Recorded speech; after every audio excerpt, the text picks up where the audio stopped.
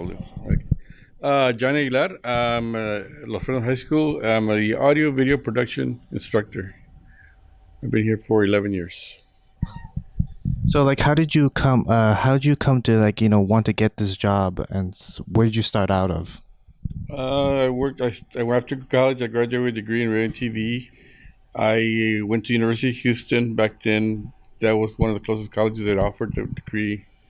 And after I got out of there, I got a job at KVO. I worked there for 16, 17 years. After I left there, I went to University of Texas at Brownsville. I worked in their media services for another 10 years. And then this job came up. I was called one day. Said, "You want to apply?" I said, "Yeah, sure." So I came in and checked it out. And it was different. So, and I like the fact that I'm off for the summer. So that helped a lot.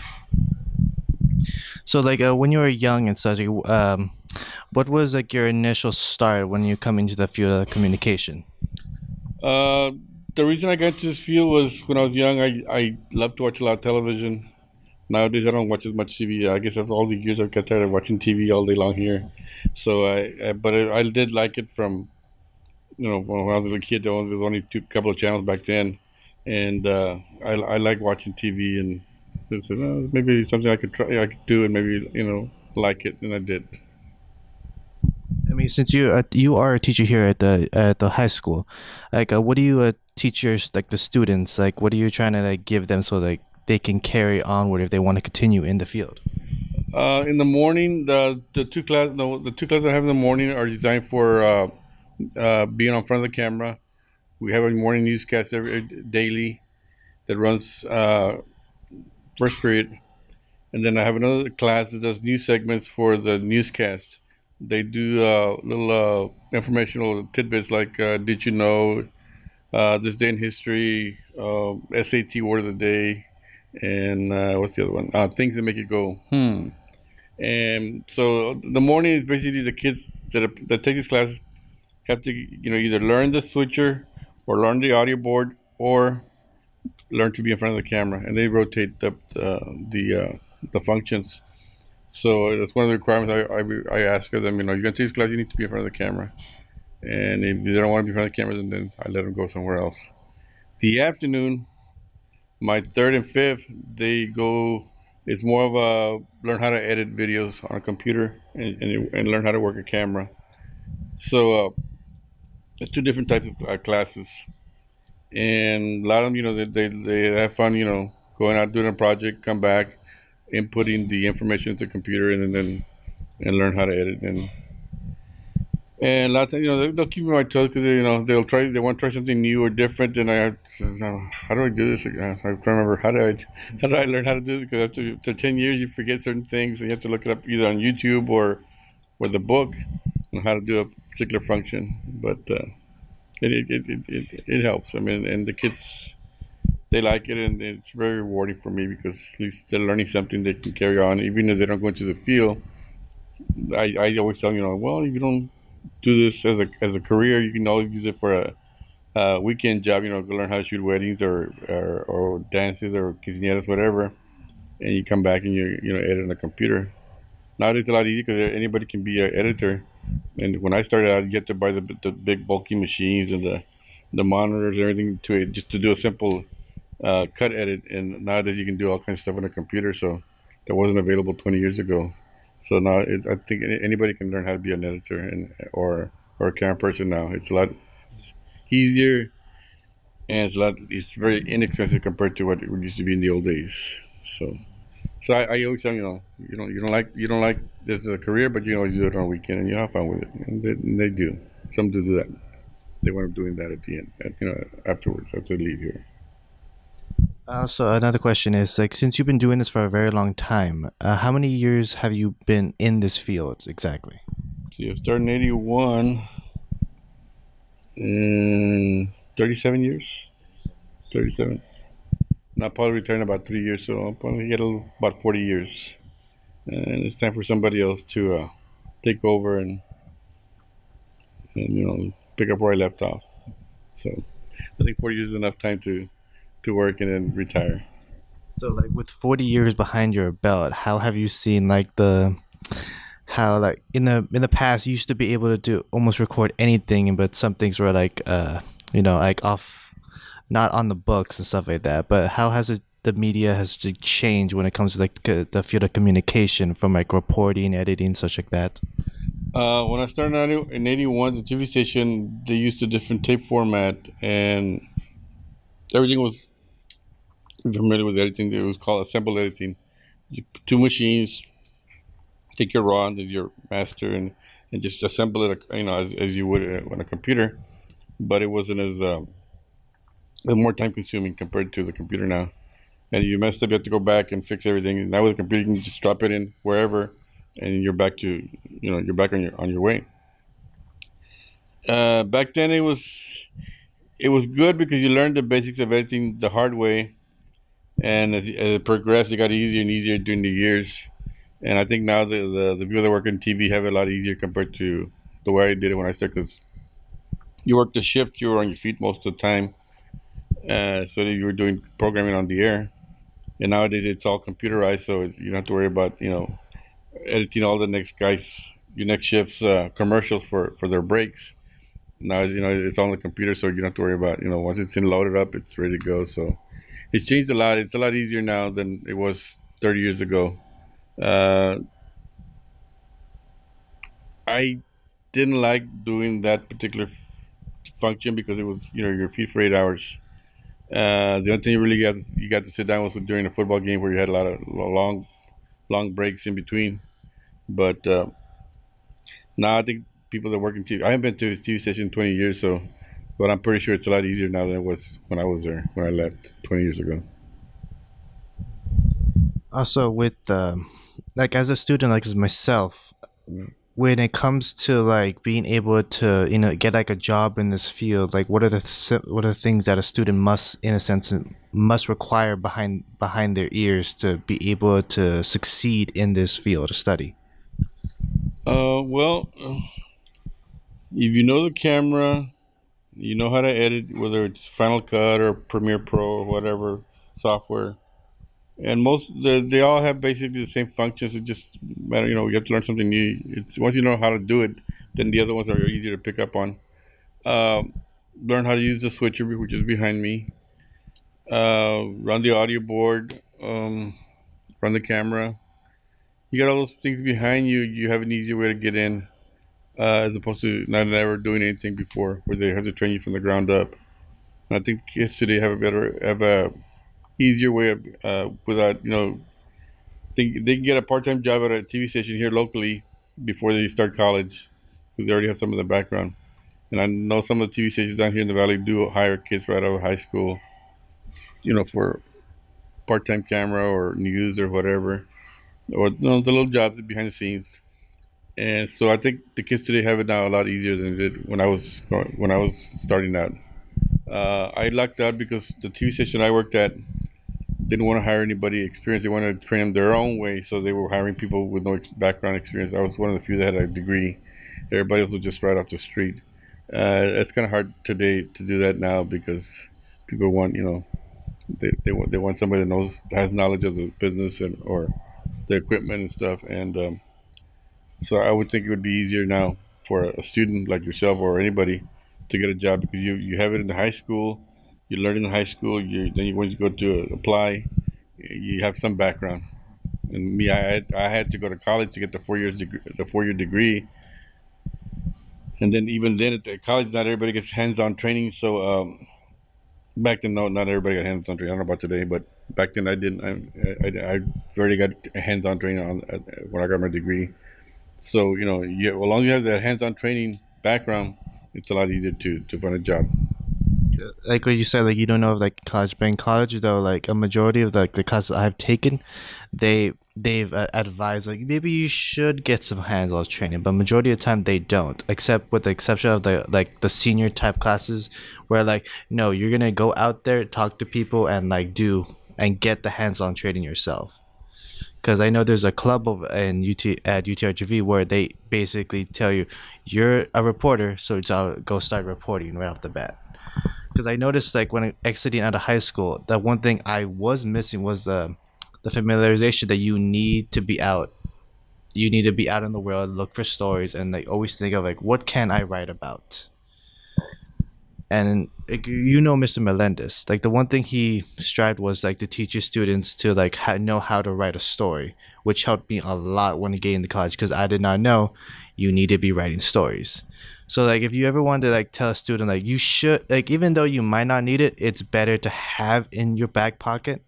Like what would be like the type of advice you would give like a student that's about to exit out of high school? Well, like write stories. What we do here when we do video projects, the kids have to come up with a storyboard for their, before we let them go out and shoot. Because if they don't have a storyboard, they'll go out and they'll do it on the fly, and a lot of times it doesn't come out. They waste a lot of time out there thinking, well, we're gonna do what's the next thing we're gonna do, and they're not prepared. This with a storyboard, they write the script out, they write the scenes out, and then they put it together, and it makes it a lot quicker when they go out and shoot, come back. It don't take them days to do it. They can do it in one day. They're good at it. So that gets them going on writing up. And here we don't really spend a lot of time on news stories because it's more of a project based, group based videos that don't require they're more like music videos, commercials, PSAs, skits, parodies, scenes from a movie. So it's not there's not as much writing entailed in that part. So I would know now that you mentioned it, that's one thing the kids would like when they leave here is that maybe they didn't get enough background on writing. Um, but if you do news, then they would I would think they would take some sort of journalism class, either like particular high school offered it or not. So they can do like a work on a student newspaper. Um, but I never thought about doing like news stories because that wasn't my background. News was not my background when I did television. I was more the production type person there, and then I worked my way up to program director. So once I left the production side of it and moved up to program manager, so when I came back here, I had to kind of refresh my memory on how to do certain things and stuff when I was in production. So I never had to use the news part of it, the news gathering stories for me. But I would think if somebody wants to do that, they want to be a reporter or anchor or something, then they would have to do what you said. Yeah, because I did focus on news writing, but like as a college student, and I'm in the communication degree thing, and they require you to do every type of writing. Because never did I think that newspaper writing is entirely different from reporting writing, and reporting writing is entirely different than the 30-second segments of like news writing. Like they're all entirely different to the point where you almost as if you didn't know how to write before then. Like regular essays are way more different than actual professional writing. Um, One of my parents is worked. He worked one semester at UTRGV, teaching kids how to be a creative writing. He taught there for one semester. So he has the background, but my background was more in production than it was writing or doing news stories. I want to learn how to run the camera and run the machines and direct and stuff like that. But I never tried to be like a reporter or work in the news department. I never did that. So it all depends what you want to be into, what kind of field of production. But if they do that now as opposed to when I was there, I think that helps them because you never know. I mean, you want to get a job. You can start the bottom somewhere, either in news or production or master control or whatever, and at least you have some sort of knowledge or basic working knowledge of what's going on. Then it'll help you get a job easier as opposed to just one particular area like I did. So you said before, like the camera went on that like a one out of like how many students like you can actually would go inside this field? Well, I'll ask them at the beginning of the year how many want to do this as a career. And I'll get maybe like one or two out of all my classes that want to do this as a career. The majority of them take it as an elective. They learn the camera, they learn how to edit, and then they just go on. But some might do it on a weekend, as for money, for the side job. But in my experience, not everybody. It's not for everybody. Not, they don't. They have fun with it, but they don't see it as a career. They rather do something else. And they could be either doctors, lawyers, or EMTs or nurses or something. But so nowadays you have a lot of in the high school level. You have a lot of classes. We're in the career technical education department. So you have a choice. You learn how to be a criminal law. You learn how to do the ag, the welding, the video, the EMT, the pharmacology. There's a lot of fields you can get into, and that way when the kids they experience everything, and then I think at the end when they graduate, they decide, okay, I want to be this, I want to be that. And back then when I was in high school, we didn't have none of that. So it was just basic your shop, your what, there weren't that many electives. I mean, where you could learn you learn a trade or a skill or something, or you experience it before you went to college. I had to go to college to figure out, do I want to do this as a career or not? But I already had my mindset on it, so I stuck with it. But nowadays the kids can learn it into high school. Not for me. I'll try something else. So they have a choice now. I think it's easier for the kids today to decide what they want to do without losing a semester or two in college. No, I don't think nursing's for me or doctoring or whatever. I'll rather do this instead, so they don't lose as much time in college figuring out what they want to do. They do that in high school. They decide. Most of them decide what they want to do in high school, but for some reason, not everybody wants to be in they want to be in radio TV. They want to do something else. So I don't know why. It's just kind of weird, but they like it. I mean, the kids have fun with it, but they don't see it as a career. They see it as something else. I don't know. Just another elective for them. Because like in the college life, apparently, like not a lot of students know about, or like they haven't really like tried touching it. Because there was a point in since we have a radio station up there in UTRGV in Edinburgh, there was a I think last semester when there was only one person running the entire radio because no one would apply for jobs there, or no one also wanted to like um what was it? They didn't want to like take part in the radio at all because like majority and it required like the entire semester of him trying to advertise it, and the next semester the entire thing was filled immediately because it seems like majority of students, especially freshmen, they don't know what they're getting into when it comes to college. I know, like me, when I went to college, I didn't expect, oh, you should already know this and this. I was like, I didn't learn that. No, you can't. You can't learn everything in high school, but at least you have some working knowledge of what goes on. Well, we don't have a radio station here, but did Porter have a radio station when you were at Porter? There was one, but it didn't. Didn't last. It didn't last because no Okay. one would want to do it constantly.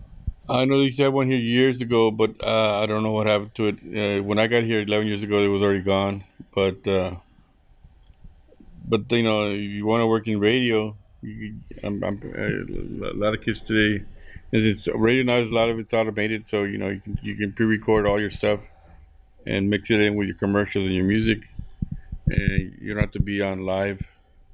So the thing about radio is they're downsizing a lot because it's all automated. So before in the past you would have part-time disc jockeys on the weekends and stuff. Nowadays it's the same jocks from the daytime during the week. They pre-record their stuff and then it runs on the weekend. The only time they're live is when they do like cut in for. Well, now we have somebody at so and so dealership. This week's specials are blah blah blah, and they do a live cut in from the phone. But nowadays, I think it's harder to get into radio now because of they have a smaller staff than they did back then. Maybe in the bigger markets you have they have a bigger staff, but down here locally, I know it's more smaller now than it used to be. There's you hardly see anybody that's part time disc jockey. It's all you work full time 7 days a week, but your weekend stuff is pre taped up before you leave on Friday. So So you think they're live on the weekends, but they're not. There, it's all automated. It's all on tape. It's all on the computer. So, like I say, I took one course in radio when I was in college, and it was okay, but I just didn't have the voice for radio, so I didn't pursue a radio career. I wanted to be behind the scenes. The good thing about radio is you could be ugly, but you have the greatest voice in the world, and nobody will ever know. But nowadays with internet, everything they put all the pictures. Back then, nobody had internet, so you could be faceless. You could be famous, but without a face, because nobody knew what you looked like. But nowadays, with internet, you can't. It's kind of hard to hide. Okay, so it's different now. But I never got into it. I just never. I like radio. If I had gone TV, I probably would have gone to radio, but just yeah, I just didn't have the voice, so I didn't want to. I didn't want to even try it. So I said, I know the feeling because like I enjoy being behind the scenes. I like being behind the camera. I like fixing everything. But when I'm on camera or like I'm behind a mic on radio, I I get super nervous to the point where yeah I don't know that I don't know if people are listening to me, but I feel like everyone's listening to me. well, like me, I would get self-conscious of my voice or what I'm saying, and if you're, I think for radio, you have to be somebody that talks a lot. I mean, that has never runs out of words to say, and I'm listening to people that work on radio, just jockeys or announcers.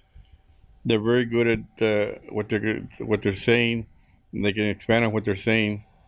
And I tend to be very short and sweet to the point, and that's it.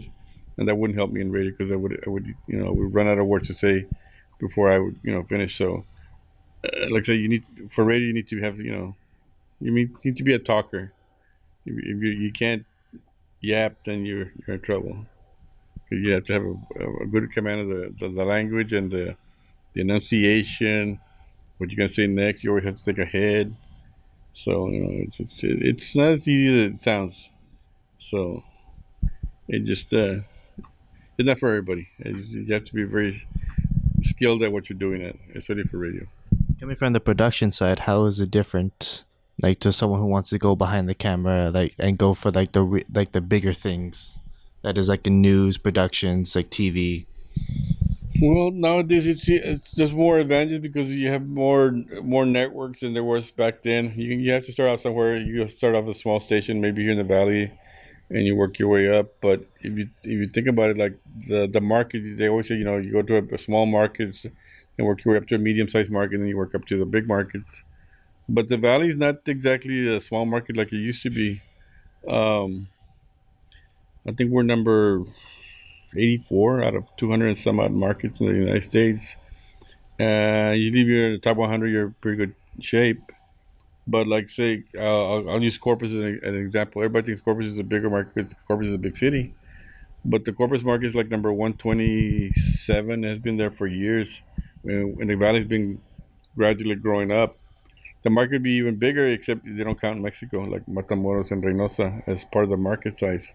You add those two towns, you would double your size in all the surrounding areas. But Corpus only has one big city, and the valley has McAllen, Edinburgh, Mission, Far, Harlingen, Brownsville. So all that population adds up.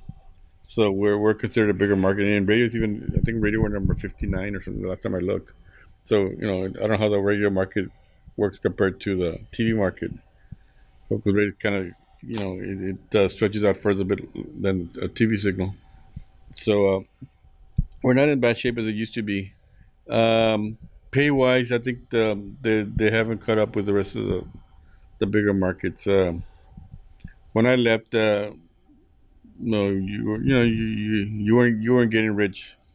Nowadays, I don't know what they pay. I always kids always ask me, "What would I make?" I said, "Well, I can tell you from 20 years ago what you would make, but you can't use that as a reference point anymore because back then minimum wage was like $5 or something. Now it's $7, $8. So it's kind of hard to say what they pay now because every TV station is different. But when I worked in TV, I went through 3 or 4 different ownerships, and everybody was different. Some paid better, some gave you raises annually, some didn't give you any raises, some gave you bonuses at the end of the year. You know, some they would reward you for stuff, and some didn't. So it's kind of hard to say. And markets nowadays, I mean, owners nowadays are, I think they're a little bit more tighter on their money because everything's more expensive. So it just varies. But I know when I was working at the TV station, I got offered a job in Austin doing the same thing I was, and they were going to pay me the same amount of money that I was making in the valley. I turned it down. I said no, I'd be in a bigger hole working living in Austin. At the time, I was living at home, so I'd have to learn, pay rent and all that stuff. So I said no. Going to a city where it Yeah, costs a lot more. And then I said no. If it was gonna pay me the same that I'm making down here, forget it. I'll just stay where I'm at. So it just varies. You just have to. I guess you have to go like Houston, Dallas, or New York, or Los Angeles, the bigger markets, the top 10, and to make the big bucks. Of course, it requires you to start out small and be able to have like a doorway open that you can walk through those markets. Yeah, you gotta start somewhere, and at least it tells you start at a smaller market because in a smaller market you tend to be you learn everything. You can be the cameraman, you can be the reporter, you can be the editor, you can be whatever. In the bigger markets, you're just stuck to one position. You're the camera guy. That's all you do, or you're the reporter, or you're the editor, whatever. In the smaller markets, you learn to all the different areas of working. So when you go up to the bigger markets, at least okay, I can do that, I can do that, I can do that. And so that's the advantage of working at a small market. You're a jack of all trades. In the bigger market, you're tied down, especially if you're unionized.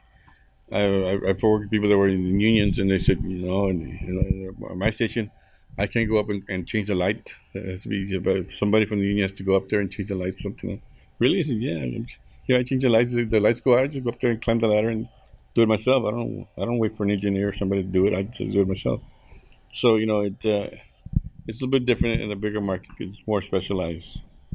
So yeah, you get your feet wet in the small market, and then when you move up to the bigger market, you at least you because you pay your dues in the small market, and then when you get up there, you get the bigger financial reward and the prestige. And if you notice, most of the reporters that will start out here in the valley at the TV stations, it's just a stepping stone for them. They don't last. It's a constant rotation of reporters.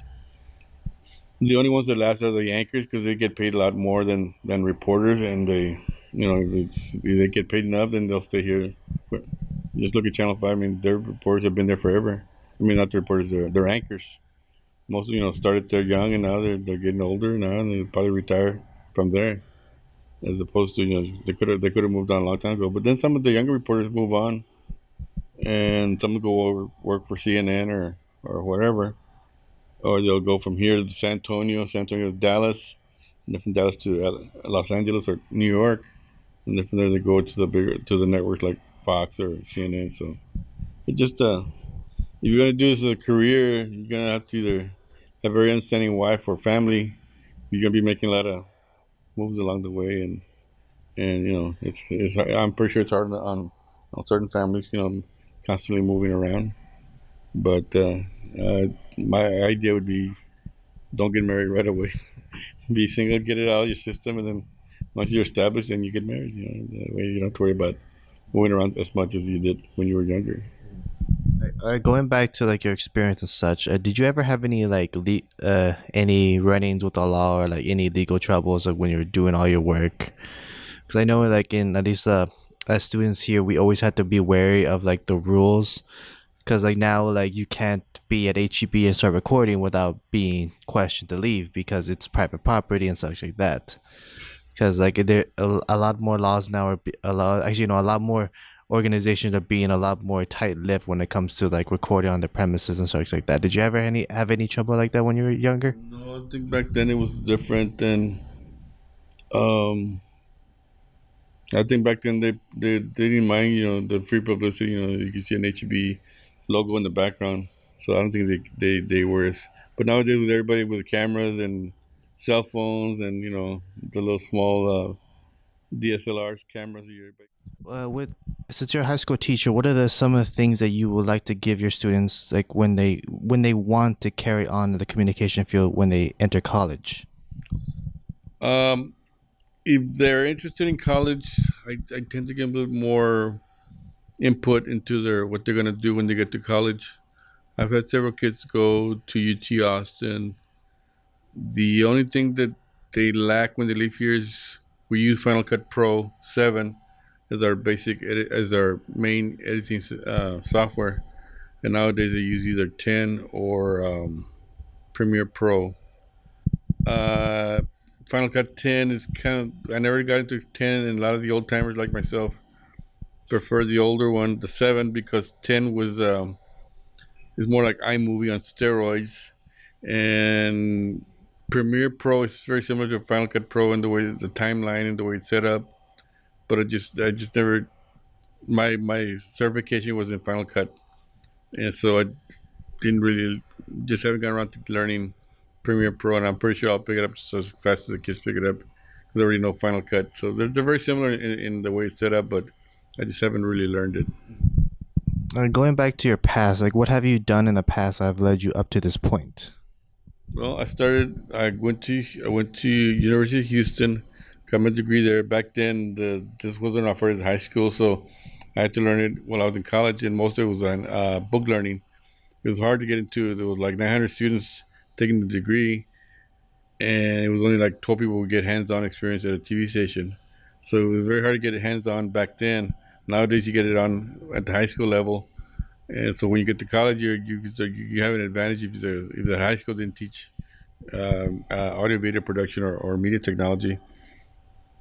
You have some sort of background on it as opposed to when I went.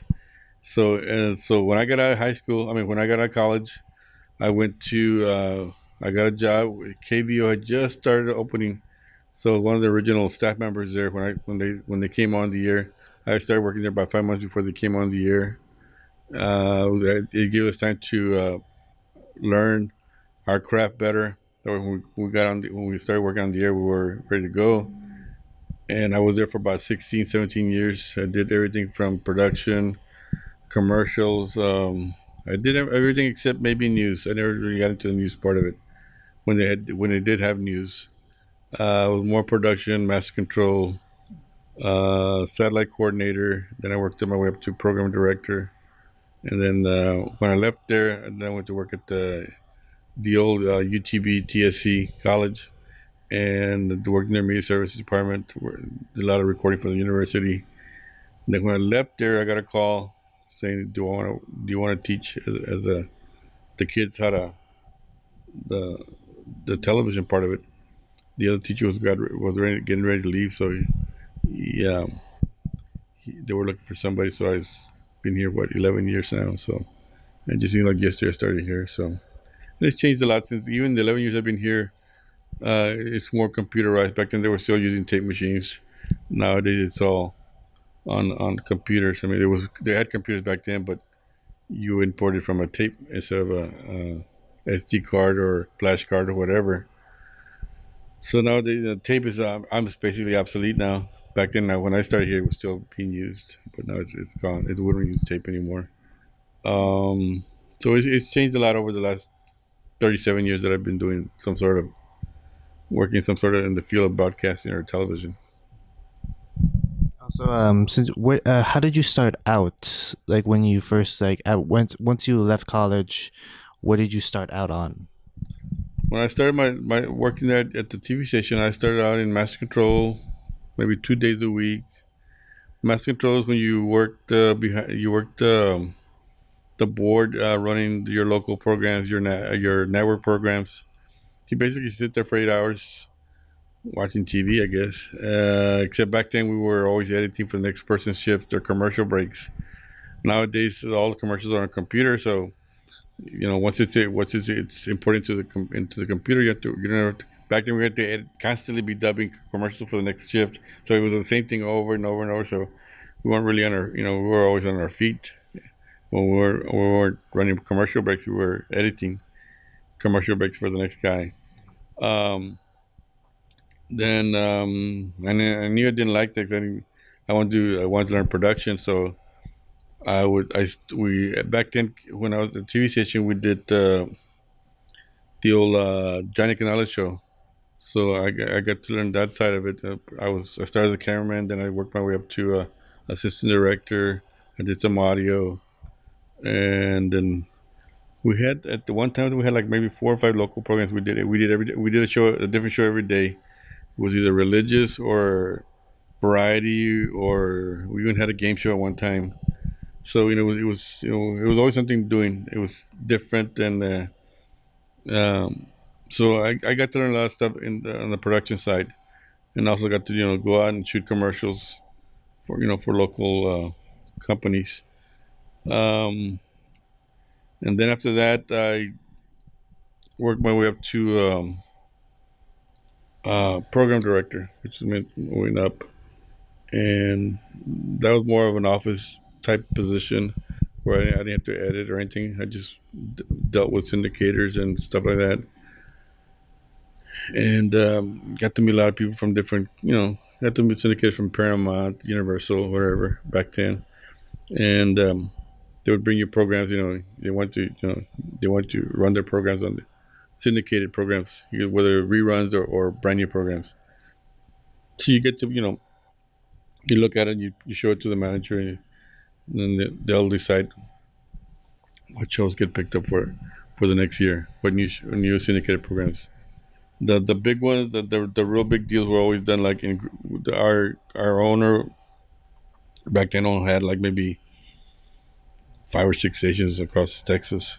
So he would buy one program, and he would buy for all the he would buy it for everybody, for all the TV stations that he owned. So that I didn't really have to deal with that much and that part of it, because they would do like a bundle package or something.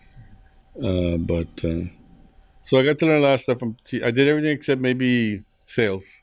I was never into sales or news, but everything else, production, programming, satellite. I was also a satellite coordinator in between there.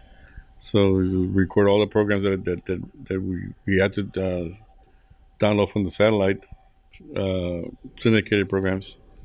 And the old when I started working there, everything was sent to us by videotape. You get the tape and you send it to the next station, and they'd call it bicycling. We'd bicycle the program around. And nowadays it's probably they probably don't use satellites. It's probably done through the internet or something. So you had to sit there and just check all the programs, make sure they were intact. Something they would have messed up, and they would stop in the middle of the feed, and so you just will be refed at a certain time. And if you didn't catch that and you put that on the air, then you're only gonna have a program, and you would like, oh, what happened to the rest of the program? So you have to be very careful. Yeah, you have to be.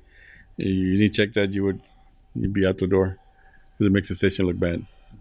So it was yeah. I got to learn, like I say, a lot of different backgrounds. Um, so when I left the TV station, I went to university for 10 years at UTRG, not UTRG, UTB at TSC in Brownsville. And then from there, I got a call one day saying, "Do you want to work at the high school teaching the kids audio videos?" Yeah, sure. Well, let me go check it out. I didn't say yes right away. I came over here and checked it out. Los Fresnos had a good reputation for their students. They're a conservative town. Very it's not the kids dress code very strict dress code and stuff. So I know some of the other cities have long hair and beard and mustache. It's very clean cut and short hair, and you know they keep everybody in line. So I like that. So that's why I stayed here, as opposed to working in a city where it would have been a bit more, where the kids are a bit more radical, more rowdy, I guess. Especially when you're an older person and you never taught before in your life. The last things you want to do is go into a battlefield. And here it was pretty quiet. So like dealing with like our market, how is the Rio Grande market in compared to others? So Media, of course. me, the market has grown a lot since I started 30 years ago. The valley has grown a lot. People always put down the valley saying it's too small, there's nothing to do here, but no, there's a lot of stuff to do here. Uh, When I started working in television 30 years ago, the market was like number 130 something or something along the line. Now it's up to 84, I believe, the last time I saw it. That's and we passed a lot of cities along the way. We passed Waco, Corpus. We're not as big as San Antonio or Austin, but we're getting there. And if they would include the Matamoros and Reynosa in our market size, we'd probably be up there with San Antonio or Austin. With the bigger markets. I don't know if they would pay the same way as they do in San Antonio and Austin, but we're getting there. I mean, the valley's getting bigger, and say Corpus is still like number 127. We're 84, so everybody thinks Corpus is a bigger market, but they're not. They're a smaller market compared to us. So the valley is growing a lot. I mean, look around you. I mean, when I was going, I went 1 year to Pan Am, my first year before I went to Houston, and back in the 70s, Pan Am was like 25,000 people. Now it's what, 75, 77,000 people. And back then, Harlingen was number three, and I think Harlingen is like number six now. Far San Juan, and I'm not far and Mission have passed Harlingen. So it's growing a lot, especially that the Upper Valley, where it's all one big giant market. So that makes us grow up even bigger. So the valley is growing a lot, and when the people put down the valley, I don't know why. I've been in worse places. I mean, if you ever want to go a place where there's nothing to do, go work it, go live in Del Rio. I went there for 1 weekend to do a program there, and I asked the people there, "What do you guys do here for excitement?" They only had one TV station back then. This was back in the early '90s. I said, "What do you guys do for excitement here?" Go, "Oh, we go to San Antonio, 150 miles the other way for the weekend." That was their excitement because there was nothing to do in Del Rio or Eagle Pass. I mean, I feel sorry for people who live out there because nothing. Well, Eagle Pass is a casino now, but that's a small. Del Rio is considered part of San Antonio, but they get all their signals from. They only have one small TV station there. All their TV station, all their news on the cable. If you have cable, they get all the San Antonio stations in their area. So there's no really. It just as I mean, so when people put down the valley, I always say go to Del Rio for 1 weekend and see come back to the valley, see the difference. That's how you'll learn because everybody puts down the valley. I don't know why. I mean, it's growing a lot. I mean, it's a lot. Almost everything they have here now, they have it in the bigger markets. So it's just not a big city compared to San Antonio or Houston. But there's a lot of things to do in the valley.